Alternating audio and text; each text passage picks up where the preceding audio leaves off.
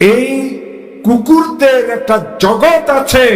আপনি যখন ওই বাজারের উপর দিয়ে যাবেন, আপনার গাড়িতে আপনি থাকবেন, গাড়ি দেখার পরে কুকুরদের মাথা ঠিক থাকে না, লাফ দিয়ে উঠে, লেজটা দাঁড়া করে খেউ খেউ করিয়ে ছুটে ওই নাস্তিক কোরআনের রাসূলের বিরুদ্ধে কথা বলে ওই বাজারের পতিত কুকুরের নেই খেউ খেউ করে। ওদের খেউ খেউ এর কারণে কোরআনের কোনো ক্ষতি হবে না, ওদের খেউ খেউ এর কারণে আল্লাহর রাসূলেরও কোনো ক্ষতি হবে না। ও আমার প্রিয় ভাইয়েরা, আয়াত আমি তেলাওয়াত করেছি। আমার খুব আদরের সন্তানদের মধ্যে একজন আইয়ুবী। এর আগে হাবিবুল্লাহ তো আমার নাতি ছাত্র না, ওর উস্তাদেরা আমার নাতি ছাত্র, সরাসরি নাতি ছাত্র, বুঝেন নাই? হাবিবুল্লাহর উস্তাদ যে কয়টাই আছে বড় উস্তাদেরা দেওবন্দে যাই যাদের কাছে পড়ছে হাবিবুল্লাহ, ওরাও বেশিরভাগ আমার সাথী, একসাথে দেওবন্দে পড়ছি।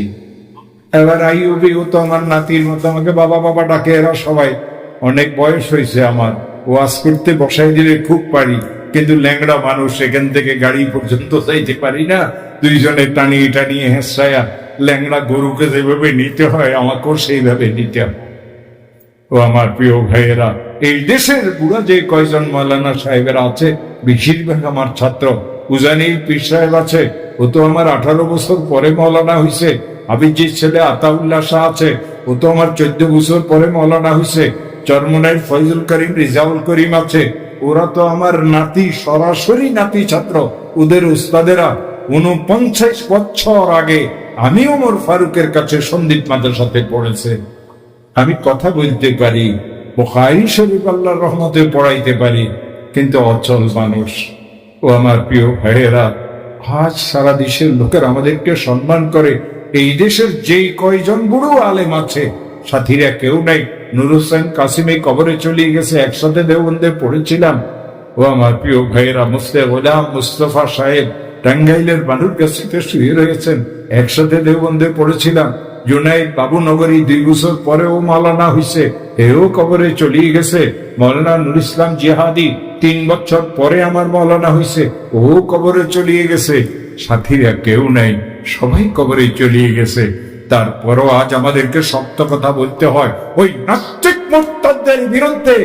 আজও যদি আমরা সত্য কথা না বলি আর নিজেদের অবস্থান পরিবর্তন না করি, তে কোরআনে কারীম আমাদের কাছে থাকবে না।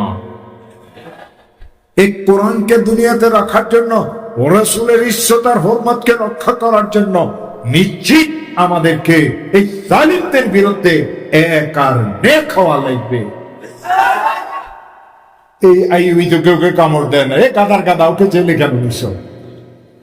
কথা বুঝে আসে? এ কামড় দিছে, চুরি করছে, ডাকাতি করছে, গাড়ি হাইজ্যাক করছে, গাড়ি ভাঙচুর করছে, তুই কেন নিলি? আর তোদের যারা বিদেশে দেশের টাকা চুরি করিয়ে বাড়ি করে, ওদেরকে সালাম করস, বুঝা গেল তোরা চোর।